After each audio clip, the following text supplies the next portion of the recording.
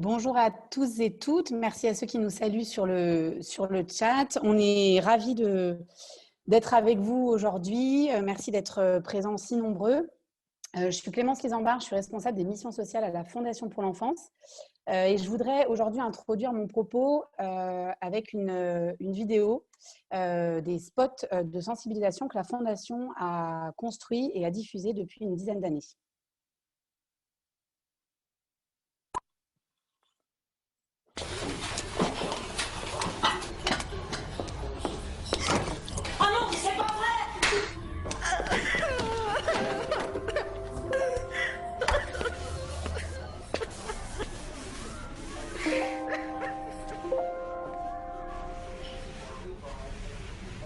Pardon.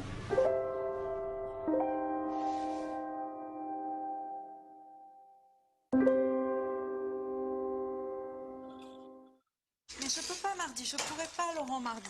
Arrête, Jules. Non, mais je sais pas, jusqu'à jeudi, au moins jusqu'à jeudi. Sinon... Oui, arrête. On se rappelle Laurent, ok.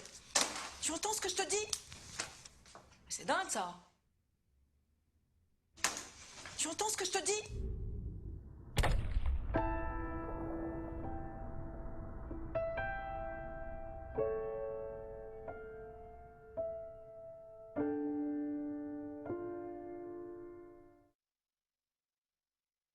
You always hurt the one you love, the one you shouldn't hurt at all. You always take the sweetest rose and crush it till the petals fall. Donc, la violence éducative est la partie non reconnue de la violence faite aux enfants. Elle est considérée comme légitime parce qu'exercée dans un but éducatif. Elle est présente aujourd'hui dans tous les pays du monde et évolue selon des époques, selon les différentes époques. Et ce terme recouvre aussi différentes formes de violence. Donc, ça peut être physique, psychologique ou verbale. Par exemple, dans les violences dites psychologiques, on va retrouver le chantage, le déni des émotions de l'enfant, les moqueries ou encore l'humiliation. Dans les violences verbales, on va retrouver les hurlements, les injures, les moqueries ou même la condescendance envers l'enfant. Et dans les violences physiques, on va retrouver des éléments qu'on peut plus connaître comme les gifles ou les fessées, mais aussi les pincements, les morsures ou alors l'insatisfaction des besoins physiologiques de l'enfant. Comme vous avez pu le voir à travers ces spots, l'engagement de la Fondation s'inscrit sur la durée. C'est un engagement qui est général et pérenne et à travers plusieurs dispositifs de sensibilisation qui sont mis en place depuis une dizaine d'années. La première campagne avait pour objectif d'expliquer que les violences éducatives sont des violences qui se transmettent de génération en génération. La seconde campagne de 2013 mettait en lumière l'impact immédiat sur l'enfant et surtout l'importance de se placer au niveau de l'enfant, au niveau de ses ressentis. Une petite claque pour vous, une grosse claque pour lui. Et enfin, le dispositif de sensibilisation lancé en janvier 2018, donc le dernier que vous voyez à l'écran, il abordait plutôt les conséquences et les effets à long terme de ces violences sur l'enfant. Il y a de nombreuses études scientifiques et médicales qui prouvent que les violences subies pendant l'enfance peuvent engendrer certaines maladies chez l'adulte, comme la dépression ou l'obésité par exemple. Donc l'engagement de la Fondation et des différents acteurs associatifs avec lesquels on a travaillé longuement ont permis le vote de la loi en 2019, la loi du 10 juillet 2019, qui interdit les violences éducatives dites ordinaires et qui précise, je cite, que l'autorité parentale s'exerce sans violence physique ou psychologique. Donc cette loi, elle est importante non seulement parce que c'est une reconnaissance légale, mais aussi parce qu'elle est citée à chaque cérémonie de mariage à la mairie, cérémonie civile. Si nous poursuivons aujourd'hui notre engagement à la Fondation, c'est que nous avons constaté que les violences dites éducatives sont encore considérées comme un certain nombre de Français, comme des méthodes éducatives. Elles sont encore vues comme légitimes parfois, alors que les preuves scientifiques des répercussions médicales et sociales sur les enfants s'accumulent. Et parce que aussi, on réalise que c'est une violence qui peut entraîner dans certains cas des violences plus graves. Il y a une forme de continuum entre violence éducative ordinaire et violence plus grave, maltraitance grave. Donc aujourd'hui, avec ce nouveau dispositif que vous avez peut-être vu, qui est affiché partout en France depuis la semaine dernière, et que nous portons en partenariat avec M-Pédia et avec l'AFPA, l'Association française des pédiatres ambulatoires, qui sont présents aujourd'hui et que nous remercions bien chaleureusement, nous souhaitons outiller les parents cette fois et fournir des repères concrets pour le quotidien. Donc, vous pouvez voir là les 3 visuels de la campagne et l'objectif est bien ici d'interpeller avec un ton décalé et surtout non culpabilisant. Aujourd'hui, l'objectif de notre webinaire n'est pas de faire une présentation exhaustive de toutes les méthodes éducatives qui existent, mais bien de répondre à la question « Comment réussir à faire respecter les règles sans violence ?» Je tiens à remercier très chaleureusement tous les participants qui sont avec nous. On est très nombreux et on en est ravis. Et puis évidemment, tous les intervenants qui nous ont suivis depuis le début et qui sont très engagés avec nous. Donc un grand merci. Je vous précise que le chat est ouvert, donc vous pouvez poser vos questions. Je vois qu'il y en a déjà certains qui l'ont fait. Après, on a un temps qui est très court, donc on fera notre maximum évidemment pour vous répondre à tous. Et sinon, vous trouverez peut-être les réponses dans nos différents échanges. Je vous souhaite à tous un très bon webinaire et je vous laisse avec Catherine Saligné, pédiatre et membre de l'AFPA, donc l'Association française des pédiatres ambulatoires. Eh bien, bonjour, merci Clémence. Je suis donc Catherine Saligné, je suis pédiatre et je travaille pour l'AFPA et pour M-Pédia et je remercie tout à fait chaleureusement, comme l'a fait Clémence, la Fondation pour l'enfance d'avoir choisi comme partenaire pour cette campagne très intéressante M-Pédia. Mon travail, c'est d'accompagner les parents dans ce merveilleux voyage qu'est la parentalité, mais parfois merveilleux, mais parfois un peu difficile, et d'accompagner leur enfant dans le meilleur état de santé possible, que ce soit somatique, psychologique ou social, comme le définit l'OMS. Nous partons donc directement dans mon cabinet de consultation et nous écoutons la mamie de Jules qui nous raconte ce qui est arrivé il y a quelques jours.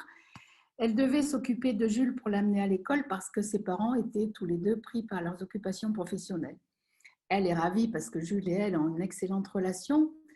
Elle se lève très tôt le matin à 5h30 pour arriver assez tôt. Jules est ravi, il prend son petit déjeuner tout à fait parfaitement. Il se lave les dents sans qu'on le lui demande et il met son magnifique pull bleu pâle. Et là, tout à coup, alors que sa mamie vient de lui dire « Maintenant, on va partir pour l'école », il lui dit « Attends, je veux te montrer quelque chose ». Et il se précipite dans le placard de la chambre et il fouille et il fouille et il fouille. Et elle dit, mais dépêche-toi, Jules. Non, attends, mamie, mais dépêche-toi, Jules. Non, non, attends, mamie. Ah, Jules, j'en ai marre, dépêche-toi, on va être en retard. Et elle attrape Jules par un bras pour le tirer du fond du placard où il s'était glissé. Jules se débat et avec l'autre main, il envoie un coup dans la figure de la mamie qui reçoit ça en pleine lèvre et elle est encore plus en colère, elle tire Jules encore plus fort, qui se cogne à la porte du placard. Jules saigne du nez, la grand-mère saigne de la lèvre, tout le monde est sidéré. Et on part pour l'école en se faisant un peu la tête et elle dit, la grand-mère dit, qu'est-ce que tu voulais me montrer? Je voulais te montrer mon train. Ah bon? Et à qui on va raconter ce qui nous est arrivé à papa et maman? Non. À qui on va le raconter? À grand-père. Or, grand-père a un magnifique train électrique avec qui Jules, il joue beaucoup avec son train avec Jules. La grand-mère avait juste oublié, ou l'espace d'un instant, qu'un enfant est un enfant, qu'il est en plein développement neuromoteur. Il n'a donc pas avant 6 ou 7 ans la maîtrise du geste, ni l'intention de l'action, il ne sait pas coordonner ses mouvements et il n'a aucun repère spatio-temporel. Ce qui explique son agitation, ailleurs sa lenteur, sa maladresse, il renverse son verre comme on l'a vu dans la vidéo de Clémence, il fait des bêtises. Et il passe d'une activité à l'autre, souvent sans lien. En développement cognitif, c'est-à-dire qu'il est incapable de réfléchir à l'anticipation ou à la conséquence de ses actions, il ne sait pas faire d'hypothèses et de déduction, c'est pour ça qu'on rentre en CP qu'à 6-7 ans, ce qui lui donne une activité souvent incohérente et une adaptation à la situation, il fait n'importe quoi. Il est aussi en plein développement psycho-affectif, il ne sait pas gérer ses émotions. Il met en place sa vie relationnelle de façon un peu chaotique au départ et il construit son estime de soi, ce qui explique une certaine anxiété, insécurité affective, les colères, les oppositions et la toute-puissance. Moi, je veux. Et Christelle va nous l'expliquer tout à l'heure, les neurosciences affectives et sociales nous expliquent que ce développement psychoaffectif est supporté en fait par comme l'adresse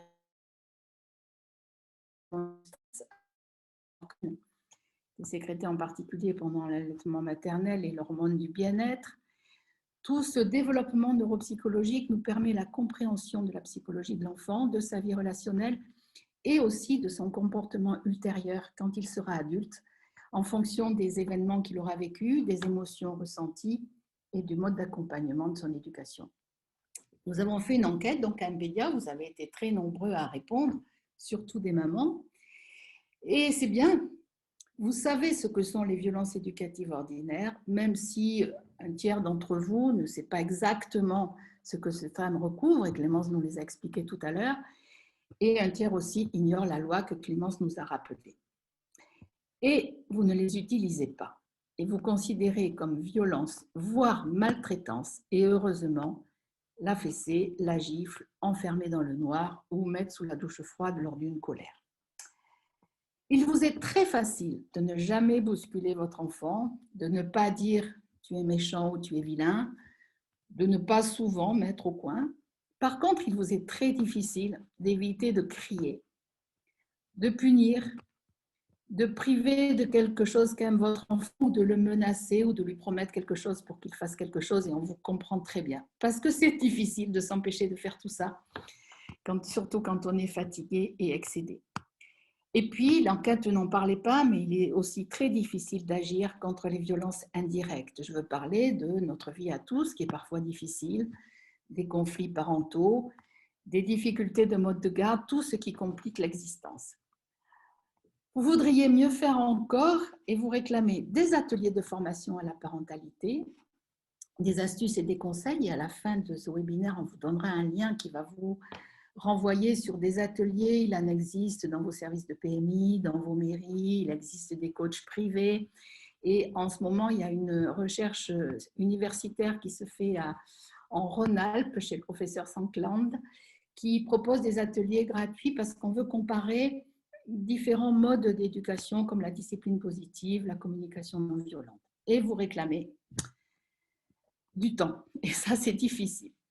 Alors, votre question, c'est comment avoir de l'autorité tout en étant bienveillant?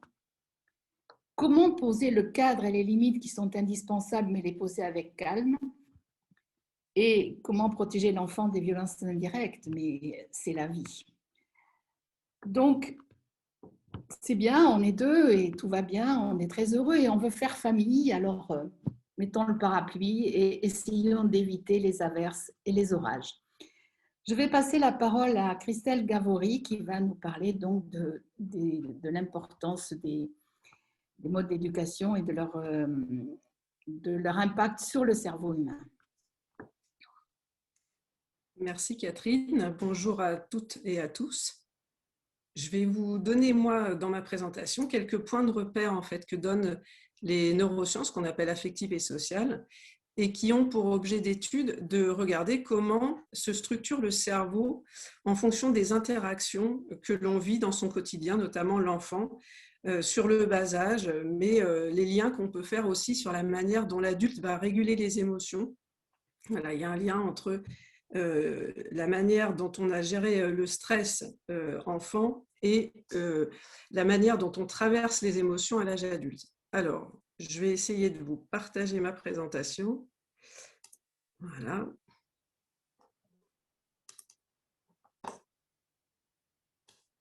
Est-ce que c'est bon? Alors, attendez, j'ai un souci. Je vais avancer. Alors, je vais remonter mon diaporama. Je suis désolée. Voilà. C'est bon, Christelle, on voit bien ta présentation. Parfait. Alors, une des choses qu'il est important d'avoir en tête en termes d'information et qu'apportent les neurosciences, c'est la plasticité du cerveau de l'enfant. C'est l'enfant, quand il arrive au monde, eh bien, il est équipé de 100 milliards de neurones qui vont se connecter. Et c'est cette connexion très, très grande qui se fait sur les 3 premières années de vie qui va augmenter d'ailleurs de manière très impressionnante le volume cérébral, qui va sous-tendre les très grands apprentissages que fait l'enfant sur le bas âge. Vous voyez, je vous ai donné un chiffre pour vous donner une idée. L'enfant, en 1 an, passe de 400 grammes en moyenne sur la masse cérébrale à 1 kg. Donc, ça vous donne l'idée de l'hyperconnectivité jusqu'à 10 000 connexions par seconde, on dit à ce moment-là de la vie, pour permettre les très nombreux apprentissages que je vous ai un petit peu listés là en fin de slide, la motricité, le déplacement, la marche, l'acquisition de la langue maternelle, du langage. S'il y a un bain de langage qui est plurilingue, ça va être encore un petit peu plus complexe et plus long. Et puis des acquisitions comme la propreté qui dépendent aussi de la maturation du système nerveux. Alors, un point d'intérêt, c'est que le cerveau, en fait, est l'organe de la mise en relation. Alors, d'abord avec l'environnement extérieur, que l'environnement soit physique ou relationnel, par l'intermédiaire de nos différents systèmes perceptifs. Et puis, il est l'organe aussi qui recueille les informations de l'intérieur du corps. Donc, par tout un tas de systèmes, l'équilibre, la position du corps dans l'espace, tout le système nociceptif, donc qui recueille la douleur, l'interoception. Vous voyez, l'interoception, c'est tout ce qui concerne nos sensations qui sont liées à nos émotions. Là, par exemple, je suis un peu stressée de vous parler, j'ai un peu la gorge sèche, j'ai un peu la gorge serrée. Vous voyez, toutes ces sensations qui nous informent de notre état intérieur et tout ce qui est lié à l'équilibre de notre température interne. Donc, tout ça est remonté dans une structure qui s'appelle l'amygdale. Donc, ça, c'est très important, peut-être, c'est une des idées les plus importantes, c'est que cette amygdale, elle est fonctionnelle durant la grossesse et c'est elle qui s'occupe de déclencher les alarmes, c'est-à-dire cette possibilité qu'a l'enfant de pouvoir appeler son entourage. Et effectivement, alors là, je vous ai mis une petite slide, les compétences de communication du bébé, elles sont limitées. Un bébé, pour appeler, il a essentiellement 2 outils dans son panel de communication qui sont les cris et les pleurs. Voilà, donc un bébé, il va évidemment essentiellement pleurer et crier pour appeler et pour dire qu'il a un besoin qu'il ne peut pas satisfaire seul. C'est que beaucoup plus tard dans le développement de l'enfant qu'il pourra exprimer ses besoins à l'aide du langage. Et donc, cette possibilité d'appeler, elle est sous-tendue par les compétences de l'hémisphère droit dans le cerveau.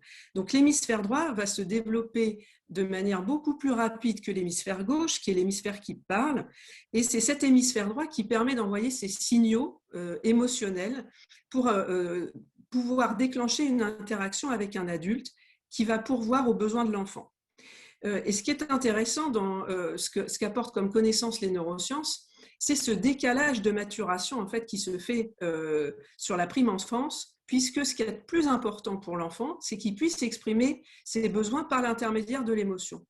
En revanche, il n'a pas les capacités, tout à l'heure Catherine Saligné faisait référence à des réseaux qui fonctionnent avec certains neurotransmetteurs, la possibilité de réguler l'émotion, la possibilité de résister à la pression que génère l'émotion chez l'enfant, eh bien ces réseaux sont des réseaux inhibiteurs et ils sont absents sur la prime enfance. En tout cas, on commence à en voir les effets à peu près vers 7 ans. Alors moi, il y a une notion que je voulais absolument vous partager, qui est une notion très importante pour moi que donnent les neurosciences, c'est justement ce double circuit que je vous ai matérialisé là sur la slide, qui est le double circuit de la peur. C'est-à-dire que la flèche rouge qui repart vers l'amygdale, c'est ce circuit qui permet de réguler les émotions. Et quand l'amygdale produit une alarme importante, même chez l'adulte, il y a une déconnexion transitoire des capacités de réflexion et d'empathie, même chez l'adulte. Vous voyez bien, quand vous êtes très en colère, vous n'êtes pas très empathique, vous n'êtes pas en pleine possession de votre réflexion. Et donc, il y a cet aspect d'arrêt transitoire de la capacité réflexive. Chez l'enfant, ça va être bien pire puisque son amygdale, elle fonctionne un peu à fond. Et le réseau qui permet de rétablir l'équilibre, lui, il marche très peu. Et donc, la notion très importante pour moi, qui est au cœur de ma présentation, c'est la notion de fenêtre de tolérance. Alors là, je vous ai mis une slide où vous voyez ici, en vert, ce que c'est que la fenêtre de tolérance. La fenêtre de tolérance, c'est l'état émotionnel, j'espère que vous avez là actuellement, que vous n'êtes pas trop en stress, c'est cet état où on est en pleine capacité d'être en relation avec les autres, de ressentir de l'empathie, de pouvoir accéder à ses connaissances.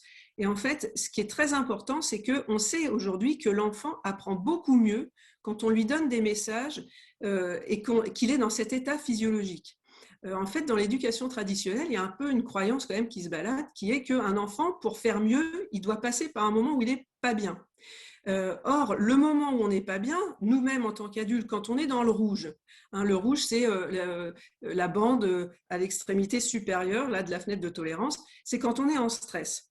La seule chose qu'on a à faire quand on est dans le rouge, parce que alors, quand on est dans le rouge, en général, on met à peu près tout le monde dans le rouge autour de soi.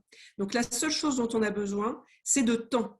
Et donc, ça, c'est un premier outil que je vous donne, c'est de faire un temps de pause quand vous vous voyez être dans le rouge, être dans une espèce d'hyperactivation, commencer à crier. C'est de prendre du temps pour vous remettre dans la fenêtre de tolérance. Et le travail des parents, c'est aussi d'apprendre, en montrant l'exemple à l'enfant, comment lui-même, il fait ce travail de régulation émotionnelle et en le montrant à l'enfant, il lui apprend à le faire. Et donc, le temps de pause, c'est quelque chose qui est très important. Deuxième petit outil, alors je vous le dis, en fait, les neurosciences montrent quoi essentiellement? Elles montrent que l'architecture cérébrale, et notamment de l'hémisphère droit, est en fonction du style de parentage qu'on va connaître. Ça veut dire que si on a des parents qui comprennent bien que les signaux qu'on envoie sont des signaux de détresse, que les émotions sont plutôt subies par l'enfant que le fruit d'une manipulation pour obtenir ce qu'il veut, s'il y a de l'empathie dans les relations, alors il y a une caractéristique dans l'architecture de l'hémisphère droit, c'est qu'il y a une densité de connexion entre les neurones et il y a aussi la structure qui rejoint les deux hémisphères qui va être plus volumineuse et qui va plus tard pouvoir établir la fonction de régulation par le langage, puisque vous aurez compris que c'est l'hémisphère gauche qui peut faire ce travail de régulation par la verbalisation. Et donc, ce qui va être très important, et ça vraiment, je veux que vous reteniez ça les parents, ce n'est pas parce qu'on crie qu'on produit des lésions cérébrales, ce n'est pas du tout ça. C'est pas du tout ça. On sait que les architectures très problématiques, notamment dans ces structures de régulation, ce sont les enfants qui sont soumis à une maltraitance précoce, intense, avant 3 ans. Donc, je veux par ici vraiment faire baisser votre sentiment de culpabilité et de ne pas dramatiser quand vous-même vous partez dans le rouge et vous vous énervez.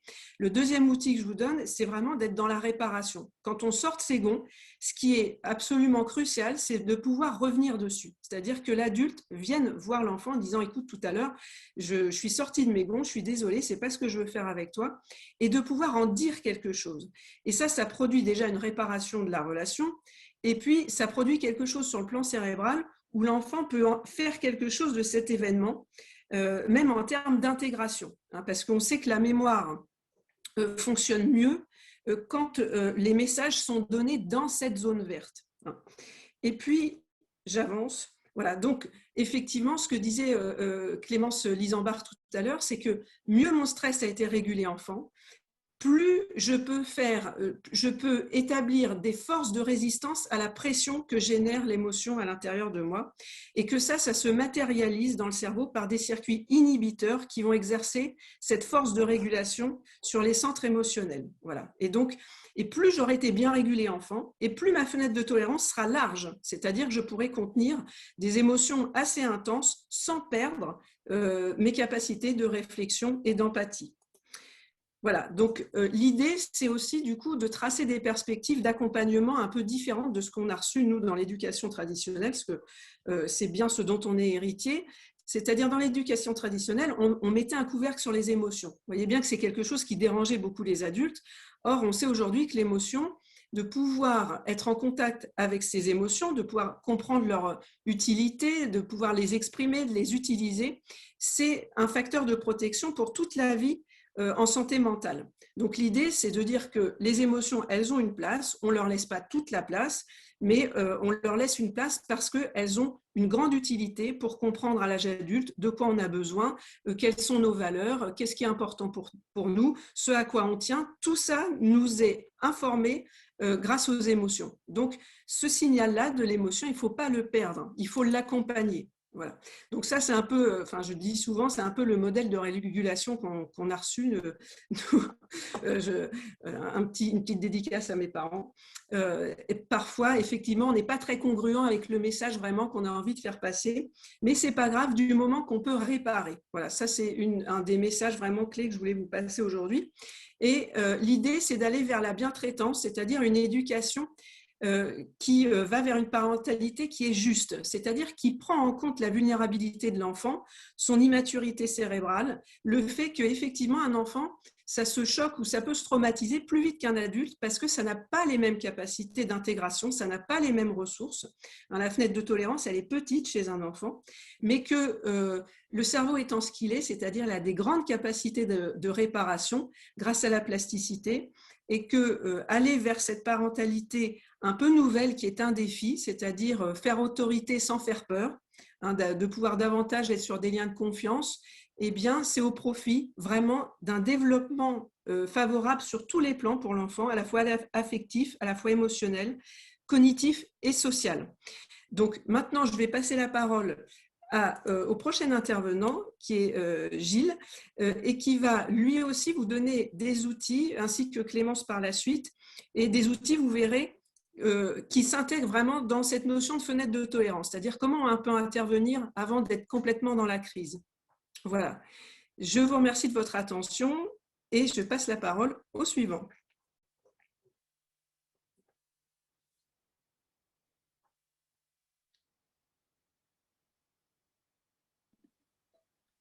Merci beaucoup Christelle, merci, bonjour tout le monde et merci à la Fondation pour l'enfance. Je vais donc évoquer cette question de la place du père dans cette éducation, dans ce lien à l'enfant, cette place si importante au final, souvent négligée mais vraiment très importante. Alors, l'homme, lui, d'une manière générale, de mon point de vue, il est souvent en résistance.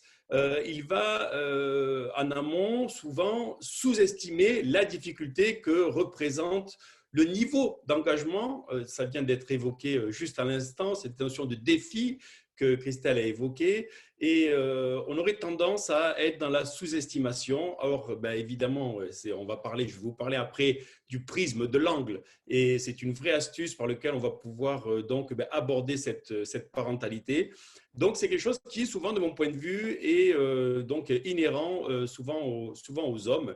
Et c'est vrai que l'expression du comportement hyper débordant d'un enfant donc, peut nous pousser à l'opposé de la réaction normale qui serait d'ouvrir les bras, d'accueillir l'émotion, de la verbaliser, de le serrer contre nous. Et on sait que si on fait cette action toute simple, elle est extrêmement efficace.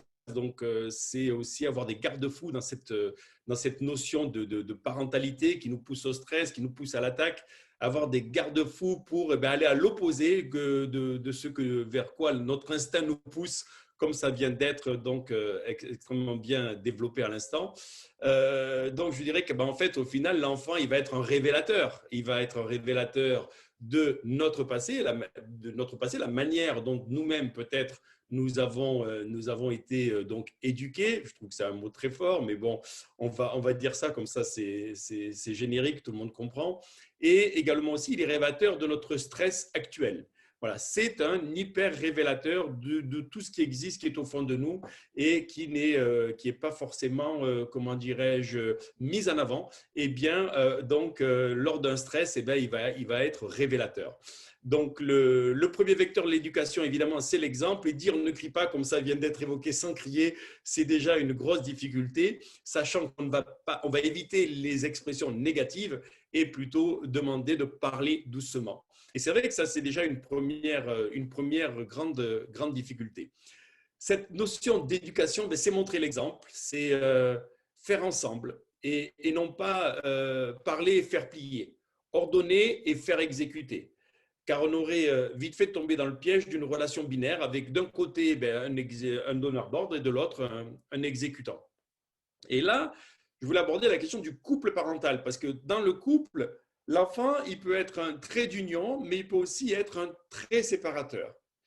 Il faut prendre du temps exclusif avec son conjoint dès qu'on le peut en postnatal pour faire couple. parce qu'en fait, si l'enfant est tout le temps avec vous, ben, il sera entre vous. Et c'est pour ça que c'est important donc de pouvoir se ressouder, d'inclure cette notion d'équipe en extension du couple parental que l'on vient d'être jusqu'à présent. Maintenant, on a un enfant, on doit aussi intégrer cette notion de l'équipe.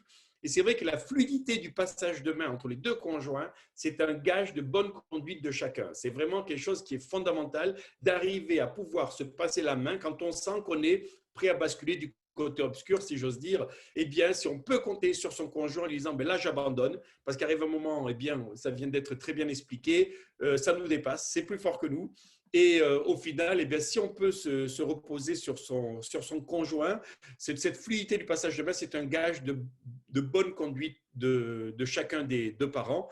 Et si on est donc en parent solo, eh bien, il faut ne pas hésiter à s'appuyer sur un relais. Voilà, parce qu'on ne peut pas tout porter tout seul sur ses épaules. Et si on a un relais donc, de confiance, eh bien, il ne faut vraiment pas hésiter parce que c'est normal au final d'avoir cette notion donc de l'attaque, entre guillemets, due au stress. Voilà, donc je vous parlais de la vision dans l'accueil et l'idée c'est de se dire, eh bien voilà, quel est mon objectif dans mon projet éducatif? Et moi, ce que je dis souvent aux papas que je rencontre dans les ateliers, c'est visez haut et tâchez d'y rester. Il faut avoir cette idée qu'il faut avoir un idéal, une ligne. Voilà. Et moi, tous les matins, je me disais, ben, une dose de philosophie et une vision à long terme. Je crois que c'est important d'intégrer ce prisme par lequel on démarre tous les matins notre métier, excusez-moi l'expression, de parents. Et se dire que, eh bien, au final, ben, l'enfant, c'est avant tout un être de droit et non de devoir. C'est par là que ça doit commencer. Et je voulais envoyer ce message notamment aux jeunes papas, futurs papas qui nous écoutent, c'est qu'il faut prendre cette parentalité comme un jeu. C'est extrêmement important. Il faut prendre du plaisir. C'est un angle par lequel il faut aborder cette parentalité jusqu'à l'âge de raison, comme l'a évoqué Catherine Saligné, parce qu'en fait, eh bien, il faut s'amuser à être parent. Il faut y prendre du plaisir, parce qu'on a vite fait tomber dans cette dualité avec un donneur d'ordre d'un côté, un exécutant de l'autre. Et qui plus est, eh bien, on aurait tendance en tant qu'homme à croire que eh bien, parce qu'on est dans cette posture un peu de rigidité, ça s'associe facilement à la notion éducative. Alors qu'en fait, pas du tout. Il ne faut pas hésiter parce que c'est comme ça que l'enfant va nous écouter, c'est comme ça qu'il va entendre notre message, eh bien, à modifier sa voix, par exemple, pour l'amener à entendre notre message. Moi, j'avais souvent un nez de clown à l'entrée dans la maison, par exemple, et quand il y a une situation tendue, parce je mettais ce nez de clown, parce qu'on va au final appuyer sur cette faille qui au final est une force chez l'enfant, qui est de passer d'une émotion extrême à une autre.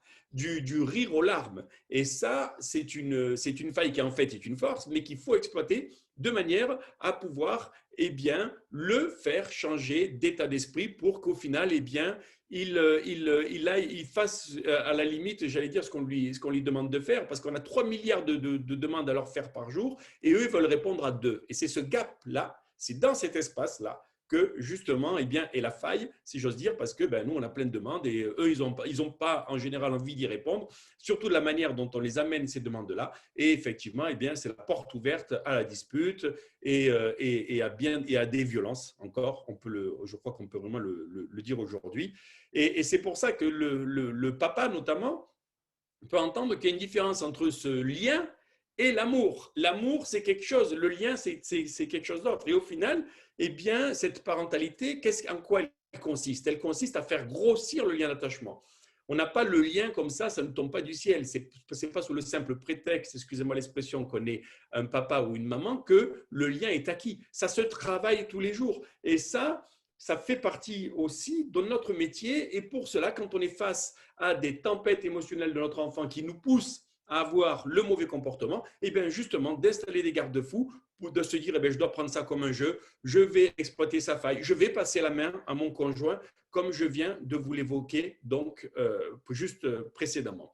Voilà, donc il faut vraiment cette notion de philosophie, projet à long terme, parce qu'il faut avoir un projet dans le temps, ça ne va pas se faire du jour au lendemain, c'est par l'hyper-répétition qu'on va y arriver, et tout est en téléchargement, comme ça vient de nous être expliqué, il faut beaucoup de temps, et ça fait appel à une qualité qui n'est pas aisée chez chacun de nous, et moi le premier, c'est la patience. Voilà. Donc, c'est pour ça qu'à deux, ça passera encore mieux. Donc c'est ce décalage entre toutes ces demandes, ces innombrables demandes, et au final, eh bien, est-ce que l'enfant il est enclin à vouloir répondre à toutes ces demandes, à subir ces demandes à répétition? Eh bien non, évidemment, puisque lui, il est dans son monde, il est dans le jeu, il est dans ce qui l'intéresse, l'autonomie, le pouvoir, la découverte. Et donc, eh bien, ce décalage, c'est la porte ouverte à notre possible mauvais comportement. Moi, le premier, il n'y a pas de souci, je le dis, parce qu'on ne peut pas rester complètement, et la nature est bien faite, c'est fait pour ça, on ne peut pas rester impassible au cri d'un enfant. Voilà.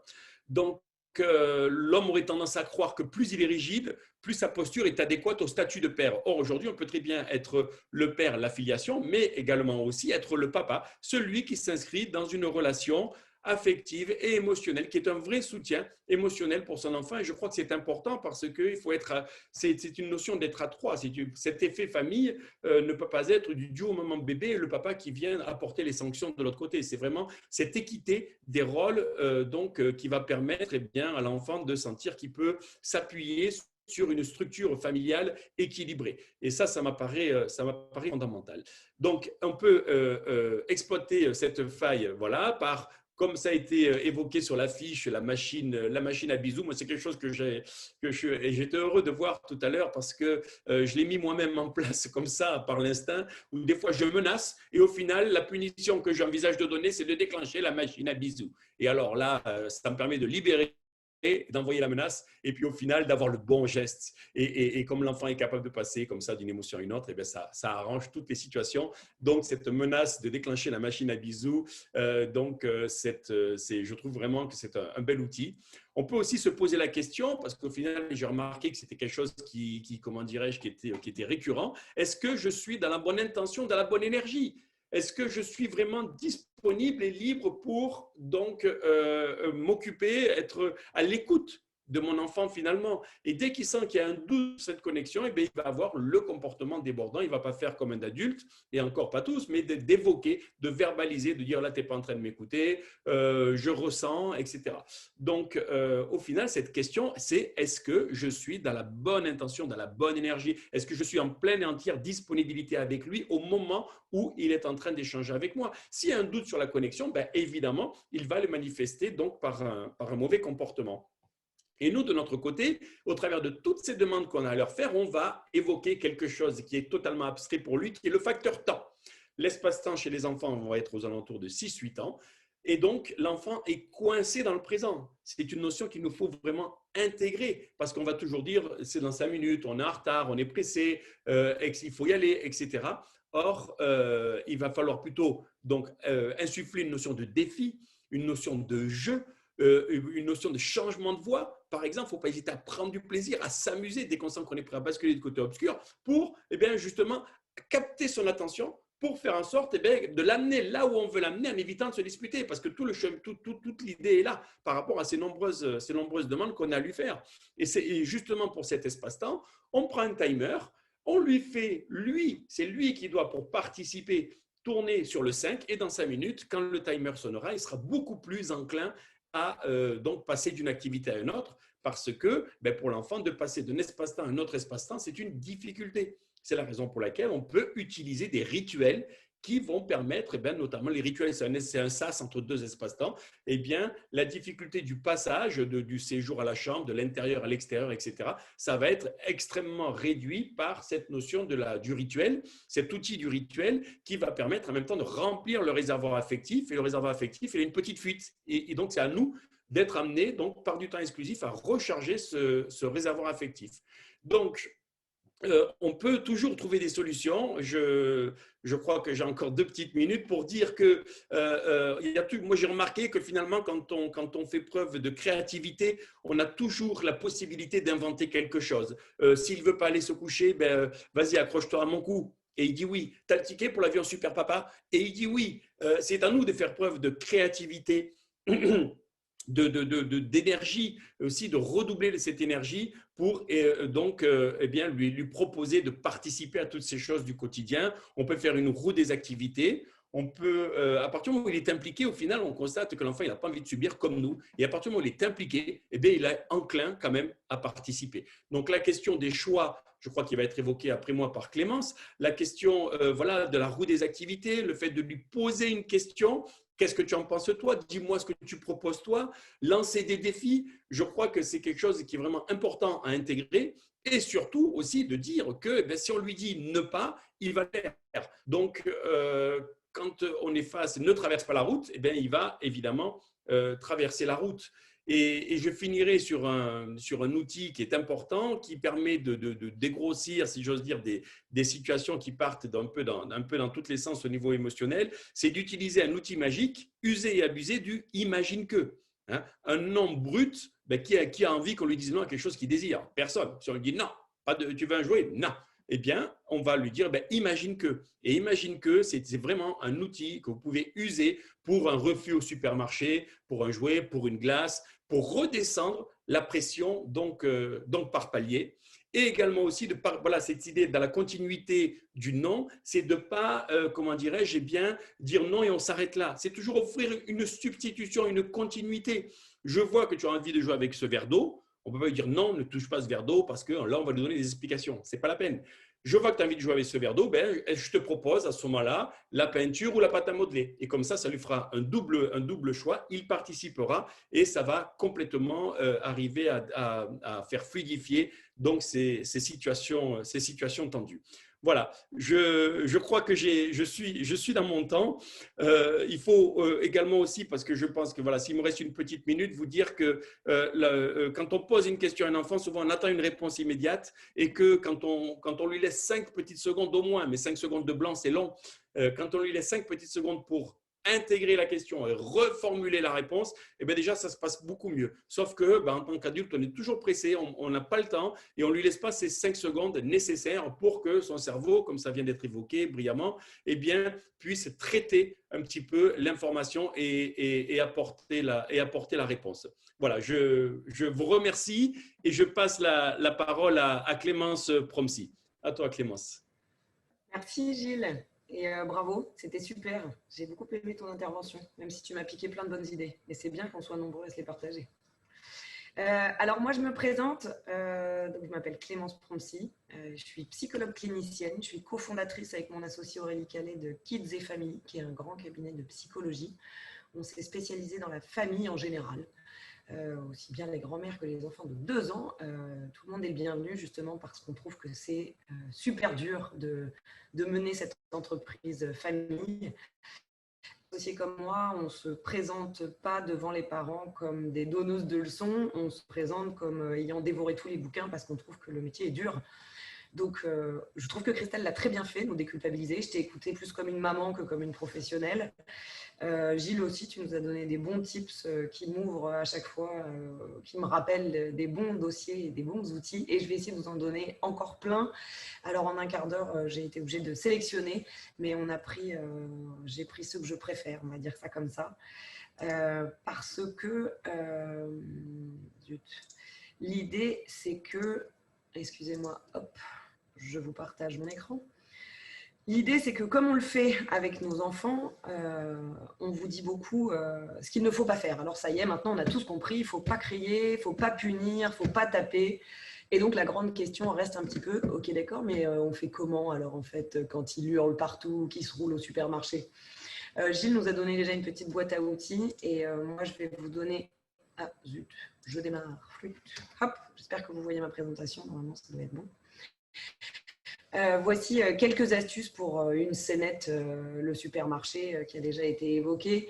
Alors, comment on fait pour être cette maman aux 3 enfants qui ont l'air tout petits, qui a l'air de gérer ça de main de maître, pas de crise, pas de colère, des enfants gays qui remplissent le caddie de carottes, et ben c'est pas si fastoche.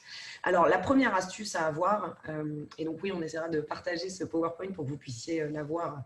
Alors, vous ne l'aurez pas dans votre sac à main, vous ne pourrez pas le relire avant de rentrer au supermarché, mais c'est pas grave. Essayez toujours, comme disait Gilles, quand il y a un changement d'activité, c'est-à-dire au moment où vous allez ouvrir une porte, la porte d'entrée, la porte de l'école, la porte de la voiture, au moment où vous mettez un manteau, vous prenez vos clés, oups, attention, on va changer d'activité, on va commencer d'anticiper.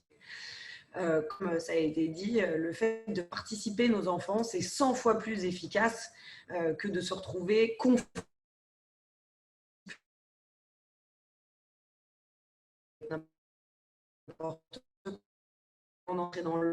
avant d'entrer dans la voiture, avant d'arriver au parc, avant d'arriver à l'école. Quelles que soient toutes les activités qu'on peut mener avec nos enfants,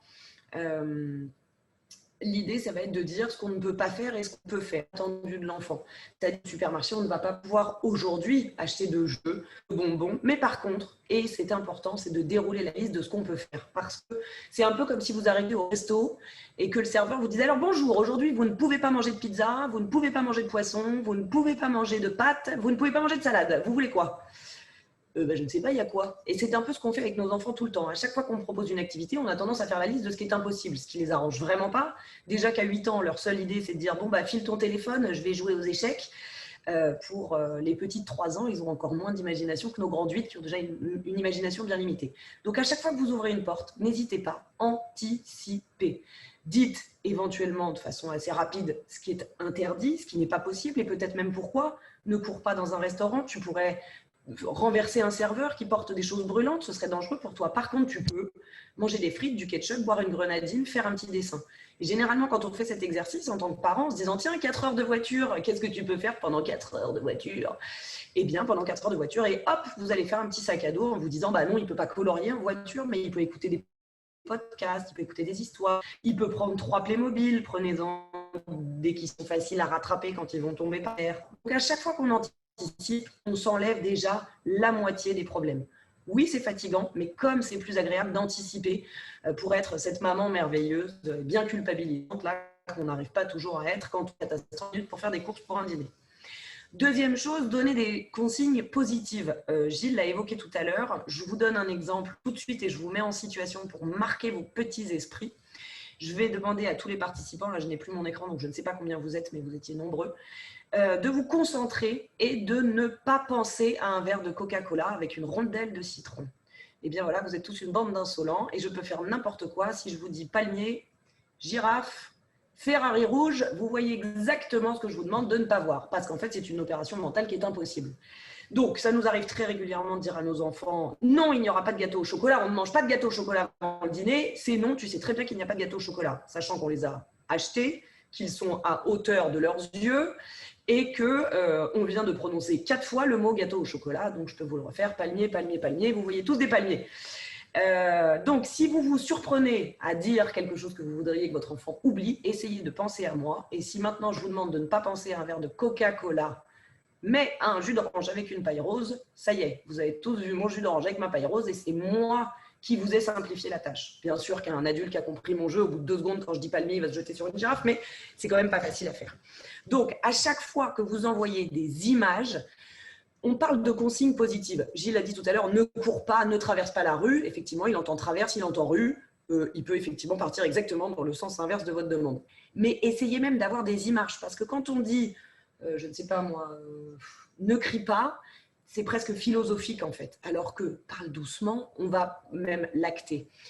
Si je ne veux pas que mon enfant traverse la rue, je vais lui dire « Ouh là là, mets la main sur le mur en pierre !» Et en fait, je vais envoyer un ordre positif avec une image. À chaque fois que vous voulez aller au bain, à la cuisine, c'est l'heure de dîner. Est-ce que tu veux aller mettre la table avec moi? Est-ce que tu préfères manger dans ton assiette bleue, dans ton assiette rose? J'envoie des images. C'est l'heure d'aller au bain. J'ai jeté des dauphins qui sont en train de se noyer. J'ai un Playmobil pompier qui pourrait bien aller les sauver. Mais est-ce qu'on va avoir arrivé le temps avant que la mousse soit arrivée tout en haut? J'ai envoyé 50 images. Ça donne envie à l'enfant d'y aller. Oui, c'est fatigant. Oui, ça demande de la créativité.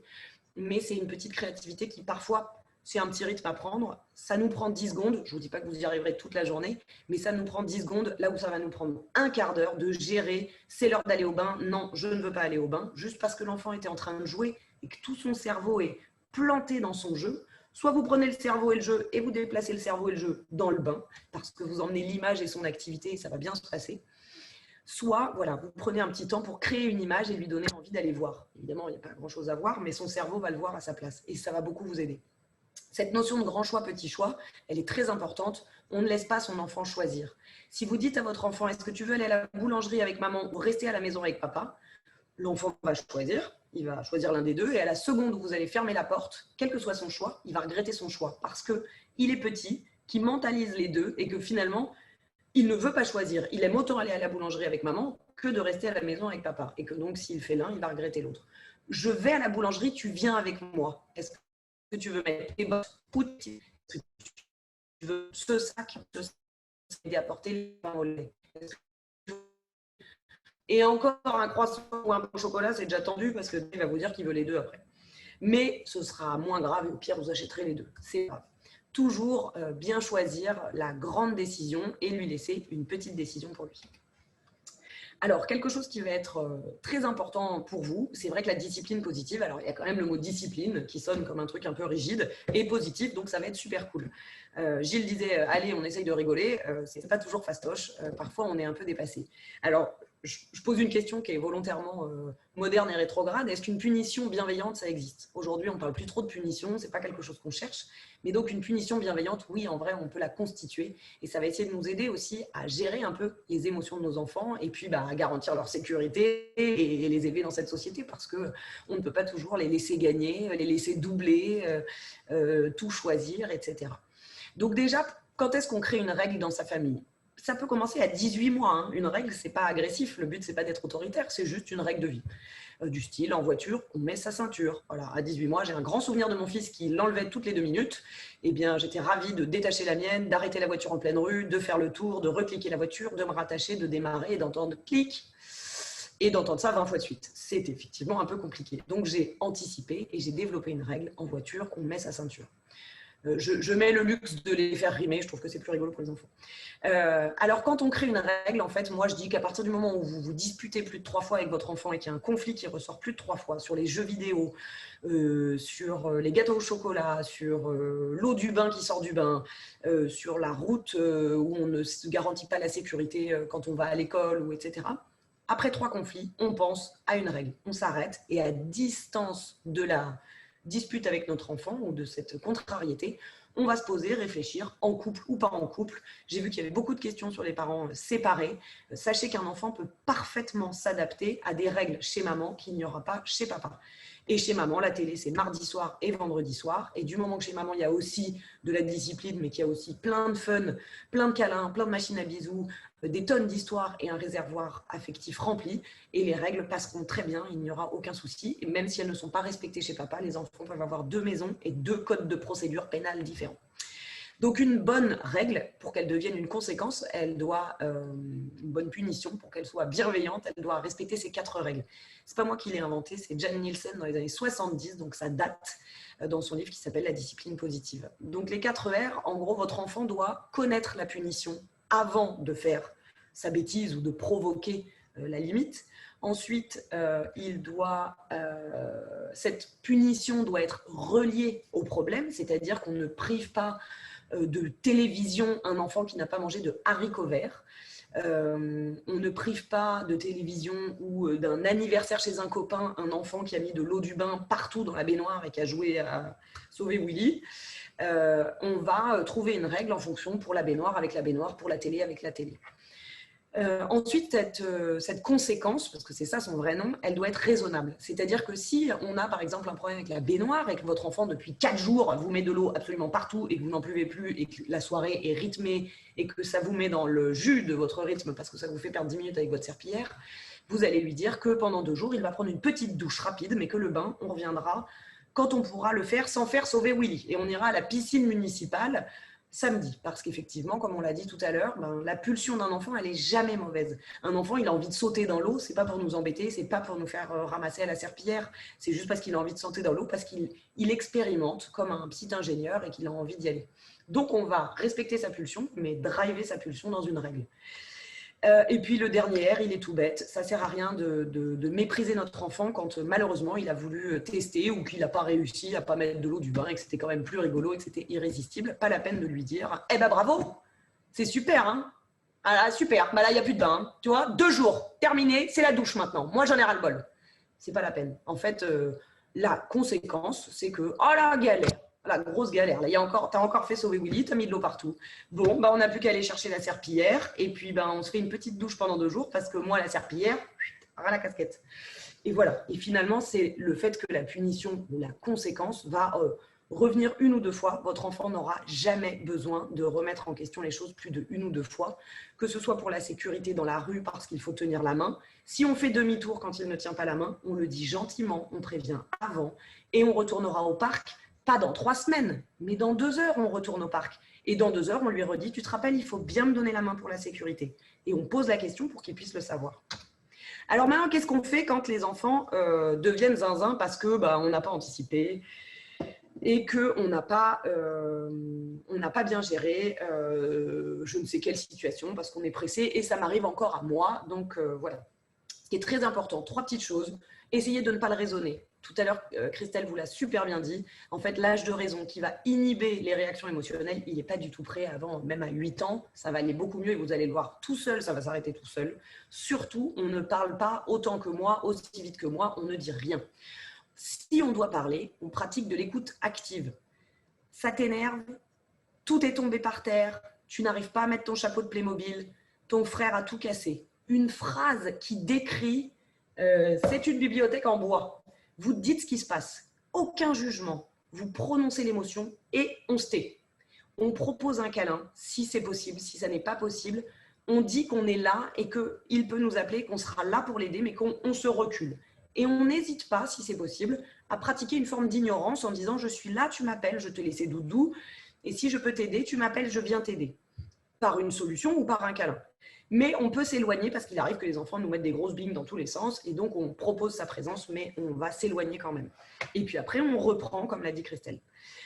Et puis, si c'est possible et que le câlin a pu marcher, on essaye de faire diversion. Tout à l'heure, il y a eu plein de questions sur « imagine que », parce qu'il y a plein de gens qui ont dit « ah, c'est quoi imagine que, c'est quoi imagine que ». On va pouvoir reprendre ce qui a fait problème pour l'enfant. Imagine que, alors ça peut être même sur que ton petit frère ne soit pas là de la journée, on peut tout imaginer dans Imagine que et on donne un peu tous les droits à la pulsion de l'enfant. Imagine qu'on puisse acheter tous les jouets du magasin, imagine qu'on puisse monter la tour de Capla jusqu'en haut de la tour Eiffel et ce serait à côté de la tour Eiffel et les gens ils n'en reviendraient pas parce que toi et moi on aurait fait la plus grosse tour de Capla, elle ne serait pas tombée. L'enfant, mais dès 2 ans et demi, 3 ans, 4 ans, 5 ans, va adorer Imagine que parce qu'en fait, il a tous les droits, il comprend très bien qu'on plaisante. Il ne va pas vous dire qu'on va aller tout de suite à la Tour Eiffel faire des caplas géants. Il comprend qu'il a tous les droits dans votre cœur, dans son esprit, et que c'est déjà ça, et ça va l'apaiser, et ça va déjà vous aider. Alors, un de mes supports préférés, les copains, j'ai besoin d'un peu d'aide. Je ne sais absolument pas quel est mon temps. Je n'ai pas regardé à quelle heure j'ai commencé. Il va falloir peut-être accélérer un petit peu, Clémence. Ok, d'accord. Alors, je vous raconte celui-là. Je ne sais même pas combien j'ai de slides après. C'est très intéressant. Ce support, en fait, l'idée, c'est de montrer que le petit orage, tout en bas, ça peut être maman, ça peut être papa, ça peut être votre petit enfant. C'est un enfant qui va bien. Et le but du jeu, c'est de montrer que ça n'est pas le soleil qui fait des colères. Le soleil, il va très bien, il est heureux. Et il y a un problème qui arrive et le problème va rentrer dans le soleil et exploser. Le but du jeu, vous voyez, j'accélère, c'est ensuite d'utiliser ce petit tableau des solutions. Vous aurez accès librement à tous ces supports pour vous en servir. Il y en a beaucoup sur mon site. L'idée, c'est pour faire sortir ce soleil. Alors, on peut souffler dans un ballon la colère et lâcher le ballon pour que la colère parte en petits morceaux, ouvrir la fenêtre, secouer un oreiller. Le but du jeu, c'est de bien montrer que en fait, la colère, elle est rentrée à l'intérieur. Ce n'est pas lui qui fait des colères, il ne le fait pas exprès. C'est très désagréable pour lui et pour nous aussi. Et vous pouvez très bien dire, dis donc chaton, il y a un énorme nuage là près de ma tête. Tu n'aurais pas une solution pour que le nuage s'en aille? Et dès 4 ans, votre enfant va rigoler et dire, il faut que j'aille au bain, c'est ça le nuage dans ta tête, c'est parce que je ne vais pas au bain assez vite. Et même eux, ça va les faire marrer. Je ne vous dis pas que vous y arriverez à chaque fois, mais il y a plein de petites fois où cette métaphore, vous la présentez à votre enfant, ensuite vous la mettez sur le frigo et juste on en parle. J'ai l'impression qu'il y a un nuage dans ta tête, il y a un nuage dans ma tête, ça va vous aider. Donc n'oubliez pas effectivement que le rôle de parent, ce n'est pas de les protéger de toutes les tristesses et de toutes les frustrations, c'est juste de les accompagner et de leur permettre de pouvoir les gérer au mieux. Un autre petit support que je vous résume brièvement et que les plus grands peuvent utiliser quand ils sont en colère, ils mettent leurs mains sur la table et ils doivent souffler 1 fois, 2 fois ou 3 fois sur chacun de leurs doigts, comme s'il y avait des flammes pour respirer et faire sortir la colère petit morceau par petit morceau. Parce que la colère et la contrariété, elle est plus facile à éloigner quand elle est en petits morceaux. Pour conclure cette petite métaphore d'une éducation un peu équilibrée, si vous pensez à bien remplir votre enfant et à rentrer chez lui par la porte, c'est-à-dire par le jeu, par l'amour, par la bienveillance, en parlant gentiment, si ensuite vous construisez des murs solides avec beaucoup d'amour, beaucoup d'attention, beaucoup de fou rire, des bons moments, ensuite vous n'aurez plus qu'à mettre des petites règles par-ci, par-là. Tous les 6 mois, il y en aura des nouvelles à faire parce qu'une fois qu'ils ont 5 ans, c'est différent, 8 ans, c'est différent. Mais des petites règles régulièrement, dès que vous voyez 3 conflits. Ensuite, vous aurez encore moins d'autorité à poser. Il vous en restera toujours un peu d'autorité à poser. Parfois bien, parfois vous ne le ferez pas bien, c'est pas grave. Vous en aurez moins à faire si vous avez passé des heures et des heures à jouer, à rigoler et à être gentil et à faire des compliments. Et puis, quand vous aurez vos règles et posé un peu d'autorité, il restera quelques colères et quelques frustrations à accueillir par vos câlins. Voilà, donc je vous dis au revoir. Hein, si je devais accélérer, il ne devait pas me rester longtemps. Voilà, n'oubliez pas qu'on fait de notre mieux, tous. Je suis aussi bonne et aussi mauvaise que vous. Le seul but, c'est d'essayer de se remettre en question. N'oubliez pas pour les monoparents ou les parents divorcés qu'il y a tout à fait possibilité de faire 2 règles, 2 maisons. Et puis pour moi, c'est juste un peu d'égoïsme, un peu de bon sens et beaucoup d'amour. Ne vous oubliez pas dans l'amour, que ce soit avec vos potes, votre mari, vos femmes, vos familles respectives, vos métiers. N'oubliez pas de vous remplir vous-même et de vous pardonner quand vous n'y arrivez pas. Merci beaucoup. Oups. Merci beaucoup, Clémence. Merci beaucoup, Christelle. Merci beaucoup, Gilles. C'était vraiment parfait. J'ai la tâche de conclure ce webinaire. Vraiment, nous sommes passés de la science avec Christelle à l'état d'esprit de la parentalité avec Gilles et pour finir avec tous les petits conseils pratiques éminemment importants de Clémence. Vraiment, merci beaucoup à vous 3. Et nous allons repartir dans mon cabinet de consultation. Je mets en plein écran. Bon, je crois qu'il faut appuyer là d'abord. C'est l'histoire de Paula qui vient elle a 5 ans et demi, elle vient pour sa consultation de pré-CP, qui est une consultation très très longue. Il faut juger de sa sociabilité en discutant avec elle, de son langage, avec des tests de langage, de son audition, de sa vision, de son examen physique. C'est une consultation très longue qui demande une grande coopération de l'enfant et qui n'a pas été possible. Je n'ai pas pu établir de contact avec Paula, qui est restée muette, repliée dans les bras de sa maman, dans les jupes de sa maman. Sa maman n'a jamais pu la déshabiller, c'était totalement impossible. Bref, nous n'avons rien pu faire et sa sœur Anna, pour s'occuper, je lui avais donné un papier et des feutres et elle dessinait à la petite table qui est dévolue à cette activité dans mon cabinet de consultation. Et au bout de 30 minutes d'essai infructueux, j'ai dit à la maman que ce n'était pas possible et qu'elle devrait revenir. Et la grande sœur, qui avait 8 ans, ce qui vous montre le décalage d'âge dont on nous a beaucoup parlé ce matin, entre 5 ans et 8 ans, la grande sœur, en partant, m'a offert son dessin. Et voilà son dessin. Donc, sur ce dessin, on voit un arbre bien enraciné. Cet arbre est beau, plein de couleurs. La terre est bien droite, le ciel est bien droit, il y a des limites. Il y a des limites partout et tout est solide. Et dans le coin, elle a écrit, alors je ne sais pas si on le voit à cause des vignettes des panélistes, mais dans le coin à droite, il y a écrit « Désolé ». Donc, Anna, qui a 8 ans, a bien senti que sa petite sœur Paula avait besoin de limites et qu'elle ne les avait pas eues au cours de cette consultation. Mais elle, qui est plus grande, elle sait qu'il y a des moments où il faut savoir gérer ses émotions. Donc, moi, je voudrais vous inciter à oser être parent. Éduquer, ça veut dire, et ça vient du latin educere, ça veut dire aller vers l'extérieur. Donc, vous avez besoin d'amener votre enfant vers la vie. C'est une lourde responsabilité et il faut l'assumer avec bienveillance et fermeté, comme vous l'a dit Clémence. Il faut savoir comprendre un enfant et respecter son développement, savoir se mettre à sa petite hauteur, et tous les auteurs vous l'ont dit ce matin, tous les intervenants. Il faut savoir construire un cadre rassurant, car le cadre est un tuteur pour bien grandir, comme on met un tuteur à un arbre. Comme vient de le dire Clémence à l'instant, dire non et frustrer calmement, c'est aussi de l'amour constructif.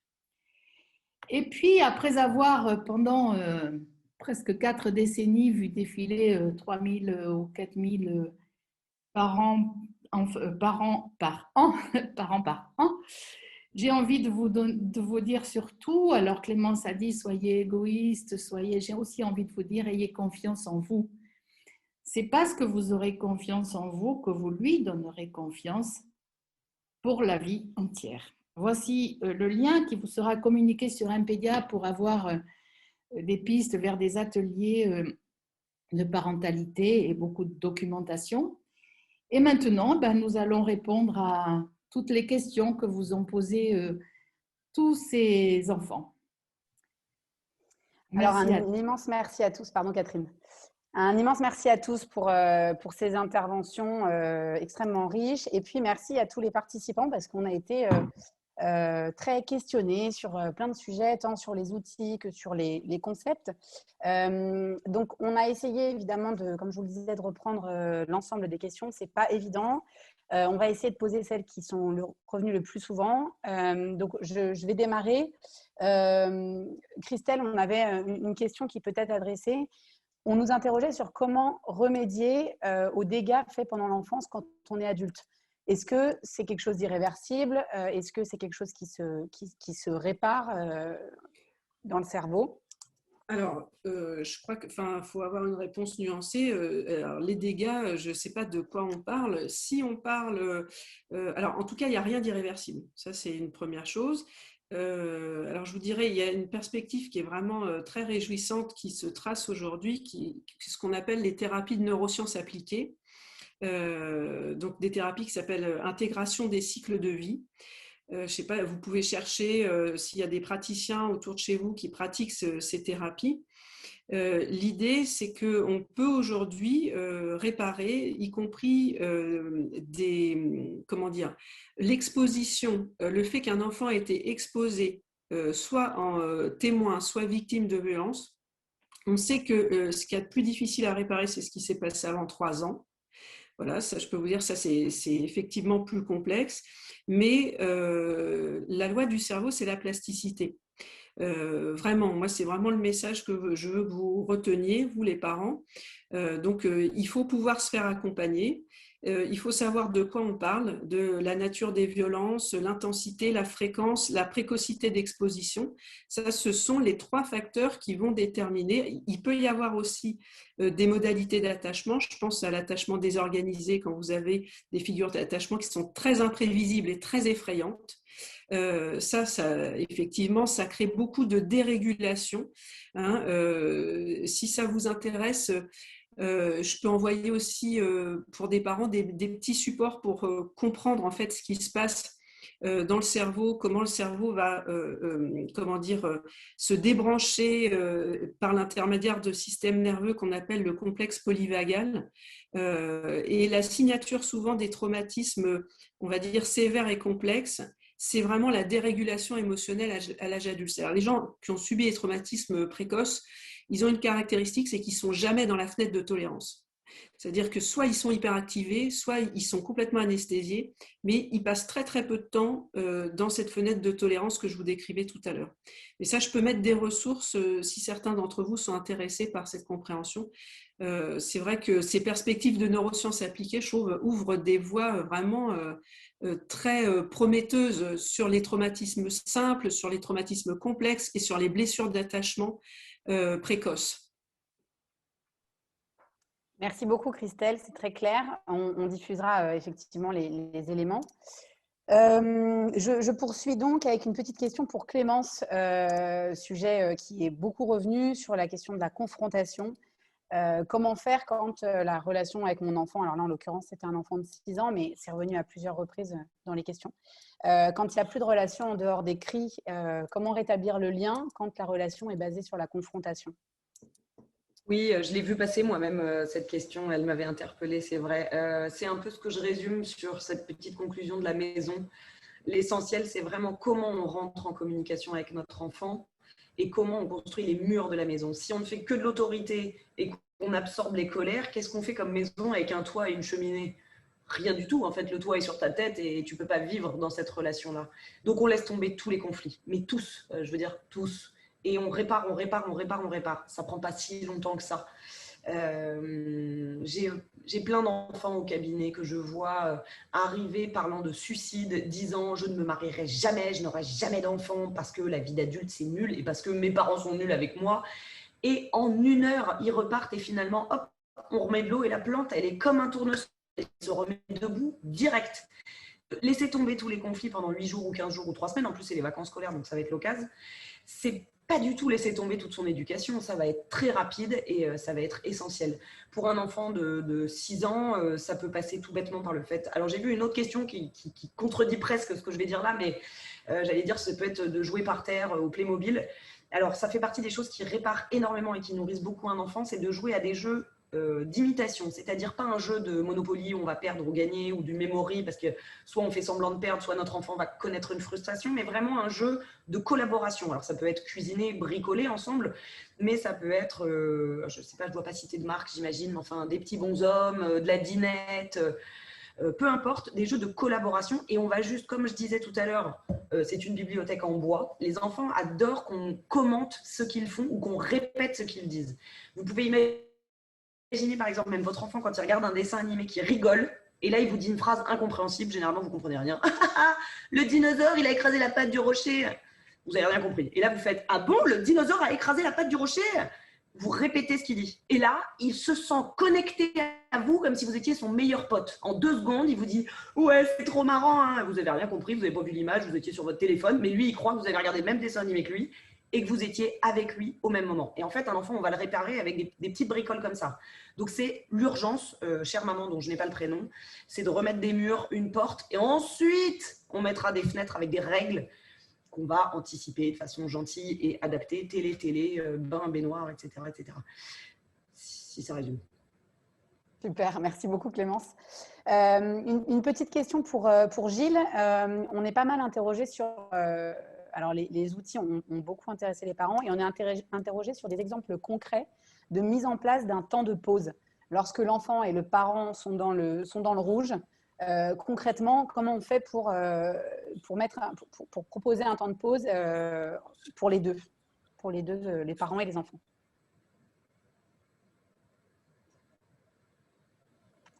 On n'entend pas, Gilles, on t'entend pas. Alors voilà, je le remets, pardon.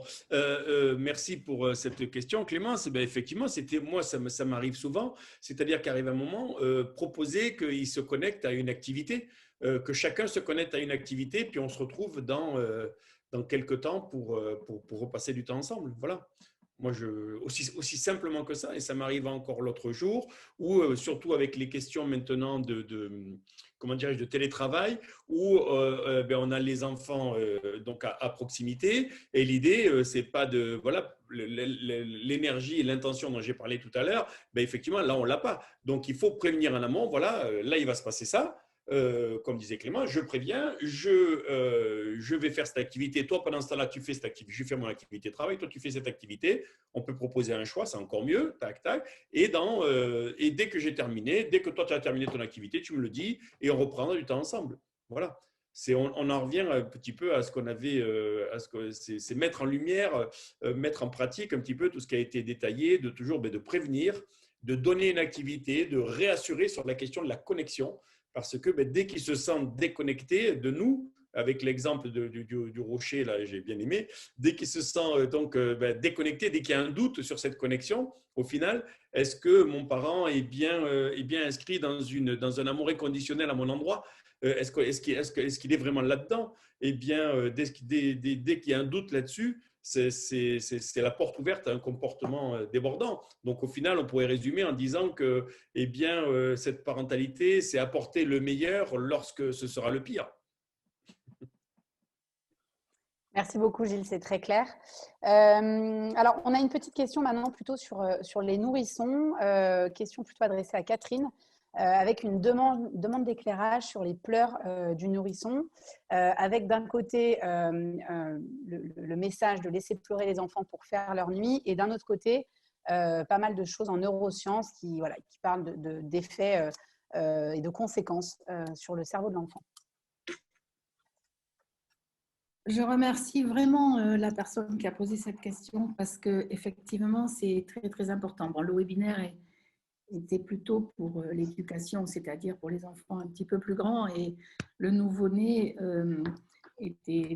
on n'est pas tout à fait dans l'éducation pour le nouveau-né. Effectivement, on ne laisse jamais pleurer un bébé, jamais. La période d'attachement, c'est les 6 premiers mois, et le bébé sera d'autant plus sécure qu'il aura eu une réponse adaptée à tous ces appels. Et on a vu tout à l'heure avec Christelle qu'un bébé crie. Moi, j'aime bien dire crie parce que le cri, c'est un appel, alors que le pleur est une plainte. Un bébé crie pour appeler à l'aide. On est d'accord. On ne laisse jamais crier un bébé et on fait tout pour qu'il ne crie pas. Sauf que, il y a 2 autres éléments qu'il faut prendre en compte, et c'est ce que j'essaye de prendre en compte dans les réponses que je fais à MPEDIA, et j'essaye de lire derrière les mots.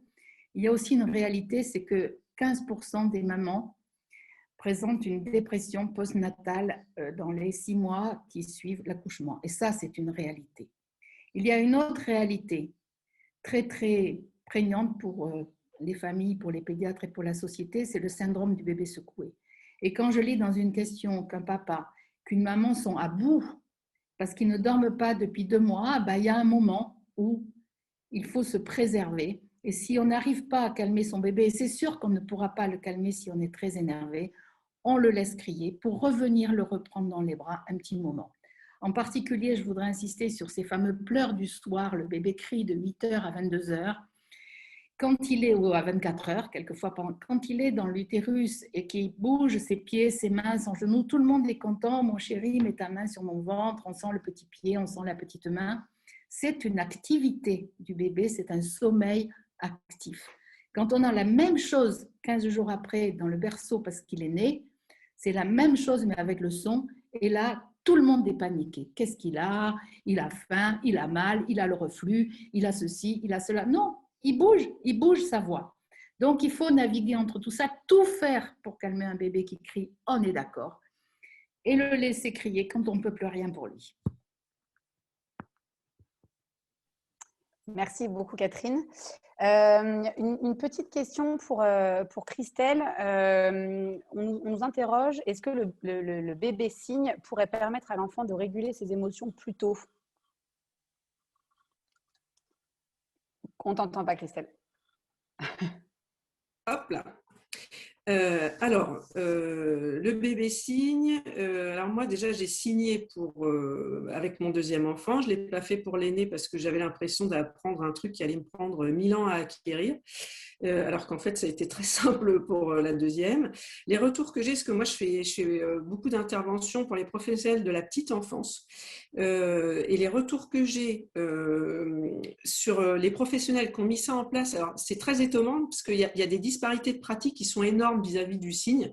Vous avez des crèches qui font ça depuis 8 ans, et puis la crèche d'à côté, elle ne connaît même pas les bébés signes. Moi, c'est vraiment l'expérience que je fais quand parfois j'ai des grosses interventions dans la petite enfance.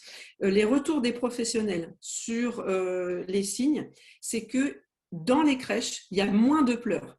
Les professionnels voient diminuer les cris, les pleurs, parce que certainement que les enfants sont moins dans la frustration de parvenir à se faire comprendre. Et effectivement, je pense qu'il y a tout un tas de bénéfices à faire connaître et diffuser le fait qu'un bébé puisse faire signe. Alors, il parle de ses besoins les plus primaires, c'est-à-dire dire j'ai soif. Vous voyez, un bébé de 8 mois qui peut vous dire qu'il a soif, c'est extraordinaire. Parce qu'il y a des bébés qui pleurent le soir et vous cherchez, en fait, ils ne peuvent pas vous dire qu'ils ont soif. Et moi, ça m'est arrivé en consultation de mettre en place, vous voyez, vraiment une dizaine de signes les plus basiques, et que ça change vraiment quelque chose pour les parents. Donc, moi, je suis plutôt très favorable. La régulation émotionnelle, oui, alors il y a des signes pour décrire les émotions. Je pense que c'est déjà rentrer dans la capacité de partager ses émotions. Et de pouvoir en faire autre chose que juste crier, par exemple, ou pleurer. Et moi, je pense que c'est très favorable. En tout cas, c'est les retours que j'ai de professionnels qui ont pu mettre ça en place dans des structures, donc à des grosses échelles. Ils ont pu observer vraiment une diminution des cris et des pleurs. Christelle, moi je travaille en crèche et effectivement je travaille dans des crèches qui signent et des crèches qui ne signent pas. Et je crois quand même qu'il y a un biais Il y a un Oui. biais quand même, c'est que je crois que les crèches où on signe ont une attention peut-être plus particulière sur le développement de l'enfant. Mais je ne sais pas si ça régule les émotions des enfants. Je crois que ce qui régule les émotions des enfants, c'est l'attention que peut lui porter le Oui. personnel, plus que ce qui est mis en place autour. Et on peut être dans une crèche très bienveillante qui ne signe pas et inversement. Oui. Je me permets de dire ça pour travailler depuis des années en crèche. Oui. Ce que tu veux, c'est que ça s'insère plus globalement dans une approche de Oui. l'enfant. Oui. Oui. Ok. Et je crois qu'une maman qui veut signer avec son bébé, mais qui par ailleurs n'est pas en connexion affective avec son enfant, qu'elle est juste plaquée, c'est qu'on voit ça aussi dans certaines familles actuellement qui veulent absolument, parce qu'eux, ils parlent anglais, parce que dans leur travail, on parle anglais, qui veulent absolument, pour rendre leur enfant bilingue, lui parler anglais. C'est plaqué, c'est-à-dire qu'on sait que les relations, l'émotion d'une mère à un enfant ou d'un père à son enfant passe par la langue maternelle et ça ne passera pas dans une langue même si elle est très bien parlée. Et c'est pareil avec la langue des signes. Je crois c'est ce que les parents doivent retenir. On ne doit pas s'accrocher au langage signé, on doit s'accrocher au partage des émotions, à la prosodie, à beaucoup d'autres choses. Voilà, ce qui n'exclut pas la langue des signes. Il ne faut pas que ce soit l'arbre qui cache la forêt. Merci, mesdames. Donc, on retient que c'est vraiment l'attention, le sujet. Une petite question pour Gilles sur comment accompagner les petits dans leur frustration. Là, on nous donnait un exemple d'un petit enfant de 1 an. Comment accompagner un petit sur ces sujets-là? Gilles, le micro. Merci beaucoup. Clémence, ben écoute, ça tombe bien parce que j'ai eu l'occasion de le faire tout à l'heure avec une maman et d'un petit qui voulait absolument, alors un peu plus d'un an, 1 an et demi, qui voulait absolument tenir le parapluie. Tout bêtement, je me suis mis à son niveau. Donc, je lui ai dit, est-ce que tu es en colère? Je vois que tu es en colère. Je comprends ta colère. Tu as bien raison d'être en colère parce que moi aussi, quand j'étais petit, je voulais absolument tenir le parapluie. J'ai capté son attention en modifiant un petit peu ma voix. Donc, ensuite, je suis parti sur ces paliers dégressifs, toujours pareil. On a échangé, je dis on a échangé, j'étais tout seul plutôt à évoquer, mais je suis parti un peu dans une discussion, dans un monologue, on va dire, donc, où j'ai évoqué cette question d'imaginer qu'il y a un grand et un petit parapluie, quelle couleur il serait, etc. Enfin voilà, juste pour capter son attention. J'ai dit, je sèche ta larme, est-ce que tu me fais un petit sourire ou est-ce que moi je t'en fais un? Qui c'est qui commence le premier? Et comme ça, tout doucement, j'ai essayé de l'amener vers autre chose. Et puis, donc, dès qu'il a fait ce petit sourire, ça a déclenché les bonnes hormones. Du coup, ça a fait l'effet ça a baissé le cortisol et puis, du coup, il s'est stabilisé. Voilà, c'est juste cette question de prendre le temps, de l'intention, de l'énergie, que ça demande de la créativité, comme l'avait évoqué justement Clémence. Il faut être hyper créatif. Je pars du principe qu'il y a de très nombreuses situations qui sont vraiment desquelles on peut se sortir sans passer par ce mode de la violence. Alors, quand on n'en peut plus, il faut passer la main, il faut aller faire un tour. Moi-même, j'ai déjà fait des centaines de tours de maison. J'ai absolument pas honte de le dire parce qu'arrive un moment, et bien, quand on n'en peut plus, on n'en peut plus. Et il vaut mieux sortir, faire un tour, aller chercher une baguette de pain, discuter avec quelqu'un, ça prend 5 minutes et on se remet dans une énergie au moins stabilisée. Donc, passer la main à son conjoint également aussi, c'est ce qui a vraiment été évoqué, qui est fondamental, de faire équipe face à cette difficulté, de ne pas tomber du côté obscur, parce qu'au final, notre métier, c'est de faire grossir le lien, on abîme ce lien, et après, on va être dans le… Moi, c'est le garde-fou que je me disais, c'est est-ce qu'on remplit le réservoir des souvenirs ou le réservoir des regrets? Au final, il faut se poser la question avant. Et le lien, avec le temps qui passe, s'il s'abîme, c'est dommage. Alors qu'à contrario, quand on le fait grossir et qu'on a cette relation forte avec notre enfant, dans l'histoire de la vie, si on a eu la chance d'avoir un enfant et qu'on a réussi à faire grossir ce lien, je crois que c'est le plus beau cadeau, le plus bel et qu'on puisse nous-mêmes recevoir et qu'on puisse également aussi transmettre à nos enfants. C'est une chance d'être parent. Donc, toujours ce sujet du lien totalement crucial. Clémence, on a une petite question sur le versant école-maison. comment faire quand on applique, nous, une éducation à la maison qui est bienveillante, qui est très tournée vers les émotions des enfants et qu'à côté de ça, l'enfant à l'école est frustré par rapport au manque de temps, d'attention ou de prise en compte de ses émotions? Super question. Effectivement, je l'ai vu passer et ça rejoint aussi une maman qui est obligée de confier ses enfants à sa belle famille dont elle ne partage pas du tout les valeurs éducatives. Alors, c'est très intéressant. Il faut être en paix avec soi-même parce qu'on ne peut pas déposer ses enfants, que ce soit chez sa belle-mère ou à sa maîtresse, avec le ventre plié en deux et des coups de poignard 3 fois par jour en se disant « Mon Dieu, je sais où elle est, mon Dieu, je sais où elle est ». Soit on change d'école, soit on ne dépose pas chez sa belle-mère, soit on se relève les manches et on se dit qu'on prend ça comme une sorte d'entraînement et que la vie est remplie de gens qui ne partagent pas nos convictions et que, ou notre religion, ou notre façon de dormir à 4 par terre sur un matelas le soir. Voilà, ce qui est bien, ce qui est mal, c'est nos valeurs familiales. Et donc, dès 2 ans, 3 ans, 4 ans, 8 ans, 18 ans, on va dire que nous, on pense ça, nous, on croit ça, nous, on a envie de ça pour nos enfants. Et donc, on va reprendre éventuellement la phrase. Alors moi, j'aime beaucoup, j'ai une espèce d'astuce que je vends à pas mal de patientes qui ont des problèmes avec leur belle-mère, parce que c'est très fréquent. C'est de traduire. J'appelle ça traduire. C'est-à-dire qu'une grand-mère va dire « Eh ben dis donc, c'est pas très joli ça de pas dire bonjour à sa grand-mère. T'es vraiment vilain, hein ». Donc voilà, on est moche parce qu'on n'a pas dit bonjour alors qu'on a 3 ans et demi et qu'on est juste un peu timide parce qu'on vient de se taper 4 heures de voiture. Et donc on va traduire. C'est-à-dire que pour pas lancer des conflits avec sa belle-mère le premier jour avant 8 jours de vacances ou pour cristalliser du stress, parce que c'est très important, que ce soit avec votre belle-mère, avec la maîtresse de votre école ou avec votre conjoint dans un sens ou dans l'autre, quand on relève un problème, quand on dit « mais ça va pas du tout, belle maman, maîtresse, chérie », tu peux pas parler comme ça à ton enfant. Je l'ai fait moi, donc je sais que c'est très très mal. En fait, l'enfant qui avait même pas remarqué, nous regarde, son référent, il se dit oh, « ma maman, elle est pas du tout contente, ça va pas du tout. Alors là, ça va pas du tout. » Et c'est nous qui allons amplifier le problème fois 1000. Alors que si on essaye de ménager un peu tout le monde, on va juste regarder son enfant et dire « Ah oui, ce que ta grand-mère veut dire, c'est qu'elle est tellement contente de te retrouver qu'elle a envie de te manger de bisous et de te dire 50 000 fois bonjour. » Vous avez fait comme ça à votre belle-mère en restant hyper poli et vous avez dit à votre enfant quelle était la vraie vérité de l'amour. Parce qu'en vrai, de vrai, t'es vilain, ça veut quand même dire « Je suis contente de te retrouver ». Et ça me ferait super plaisir. C'est la pub là qui m'a arraché une larme d'ailleurs, je dois dire, je suis vraiment trop émotive. Votre première vidéo avec cette grand-mère qui se lève et qui vient prendre sa fille dans ses bras, c'est vraiment hyper touchant. Et bien là, c'est un peu le même principe. C'est qu'on vient dire à la belle-mère, t'es contente de retrouver ton petit-fils et je comprends que tu sois déçue. Mais en gros, il est petit et voilà. Mais on ne peut pas le dire. Si on le dit, on humilie tout le monde, on humilie l'enfant qui est trop timide et on humilie la grand-mère qui ne serait pas polie. Voilà. Donc on traduit.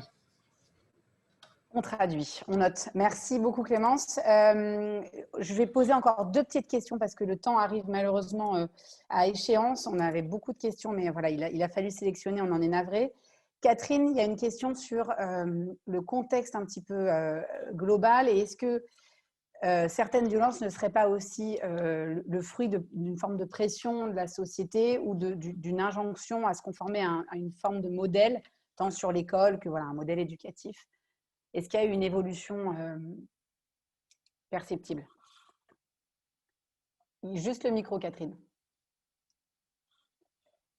C'est pour ça que je trouve que le webinaire que la Fondation pour l'enfance a mis en place et cette campagne est très importante parce que d'une part, il y a des familles et peut-être qu'elles ne sont pas là aujourd'hui parce que ce n'est pas le même profil de famille où il y a vraiment, vraiment la violence que vous avez montrée sur des vidéos et contre lesquelles, oui, il faut lutter parce que c'est très grave, parce que quand on est pédiatre aux urgences de l'hôpital, on voit arriver chaque jour des enfants maltraités, que ce soit physiquement ou psychologiquement, et que Christelle nous a montré comment ça pouvait impacter leur évolution et aussi comment ça peut se poursuivre de génération en génération.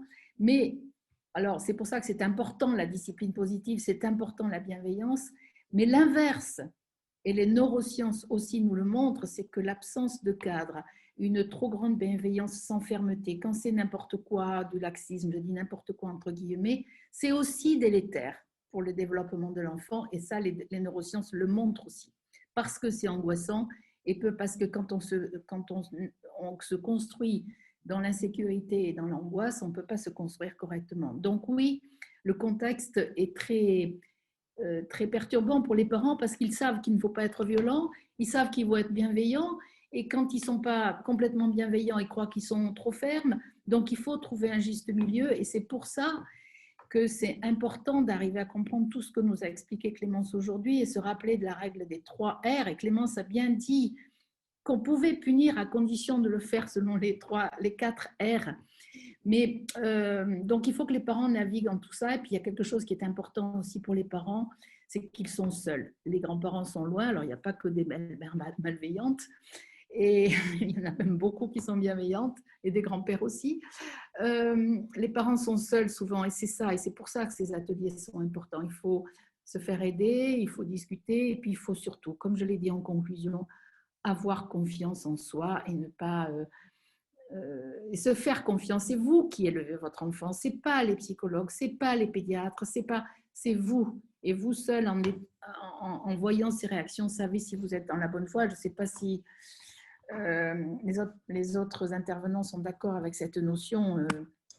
On sait très vite si on fait fausse route, la façon dont l'enfant se comporte et quelle relation on a avec lui. Merci beaucoup, Catherine. Et pour conclure, alors une question peut-être un peu plus générale, donc là je vous laisserai répondre à celui qui a envie ou peut-être à tout le monde. On a pas mal de questions sur les fratries. Comment faire quand mon plus grand a du mal à prêter au plus petit? Comment faire? Comment je dois me comporter quand il y en a un qui a un comportement un peu plus dur avec l'autre? Alors, moi, je pense qu'on peut faire tout un séminaire sur les rivalités. C'est absolument fascinant dans les familles. Et puis, il y a un vrai enjeu. Moi, si je peux donner en 1 seconde, alors je vais essayer de ne pas passer justement pour malveillante parce que je vais essayer de faire bref, mais avant les grandes vacances, sincèrement, si vous avez tous besoin de vacances et que vous partez avec des fratries qui sont très conflictuelles, n'hésitez pas, dans la punition des 4 R, à donner une feuille de route et même faites tous un conseil de famille avant de partir en vacances et même avec chaque vacances parce qu'elles vont toutes être différentes et il n'y aura pas les mêmes enjeux en colo, à la maison, avec le centre de loisirs, chez les grands-parents ou dans la super maison avec piscine. Peu importe quelles soient les règles, mais il faut que vous en profitiez à fond. Donc faites un conseil de famille avant en anticipant les éventuels problèmes et notamment les disputes, que ce soit pour les 8 heures de voiture ou pour la maison. Et trouvez un club Mickey. La conséquence, c'est que vous avez le droit à 3 jokers, au joker numéro 2, et vous passez bien devant le club Mickey le jour numéro 1. Le but n'étant absolument pas qu'il passe une mauvaise journée au club Mickey, mais c'est que si on n'a que 8 jours de location de vacances et qu'on doit se taper des hurlements dans une voiture pendant 8 heures et qu'après on a la moitié des vacances à courir après des conflits de crème solaire, etc., et qu'on rentre presque heureux de les remettre à l'école, c'est triste pour tout le monde, même pour les parents les premiers, ils se sentent pas des bons parents. Donc n'hésitez pas à dire que si on se dispute, la première des conséquences naturelles, c'est qu'on se sépare, c'est immédiat. C'est interdiction de jouer ensemble. Celle-là, je l'adore, parce que plus on leur interdit de jouer ensemble, plus ils veulent jouer ensemble. Et puis après, vous les entendez partir comme des petites souris pour aller jouer, parce que finalement, on est quand même vachement mieux à 2. Donc, si vous vous disputez, c'est interdit de jouer ensemble, ce qui n'est pas très malveillant, chacun dans sa chambre. Et si vous vous disputez plus de 3 fois, je trouve un club de voile, un club de tennis, un club Mickey, peu importe, et vous ne menacez de rien, de quelque chose que vous ne pourriez pas faire pour de vrai. Ça peut être 2 heures, ça peut être une demi-journée, ça peut être l'adolescente de la maison d'à côté. S'il n'y a que des conflits, je gérerai les conflits par une séparation, pas pour vous punir, juste pour que tout le monde puisse profiter sans conflit. Si on le dit avant de partir en vacances, il n'y a aucune raison que ça n'apaise pas un peu les conflits de la maison. Super, un grand merci Clémence. On va être obligé de clôturer le webinaire un petit peu à contre-cœur parce qu'il y avait beaucoup de sujets encore passionnants. On vous fait circuler... C'est ça. On vous fait circuler une petite enquête voilà, afin de savoir si vous avez été satisfait et s'il y a des choses qui ont manqué. Surtout, n'hésitez pas à aller sur Mpédia. Il y a tous les outils. Voilà, vous pouvez retrouver pas mal de choses qu'on s'est dit. On vous diffusera évidemment les supports et une bibliographie de nos intervenants avec des outils, des références. Voilà, tout plein de choses bien utiles. On vous remercie vraiment tous pour votre présence. Et puis, voilà, on vous dit à bientôt et très bonne journée. Salut! Au revoir!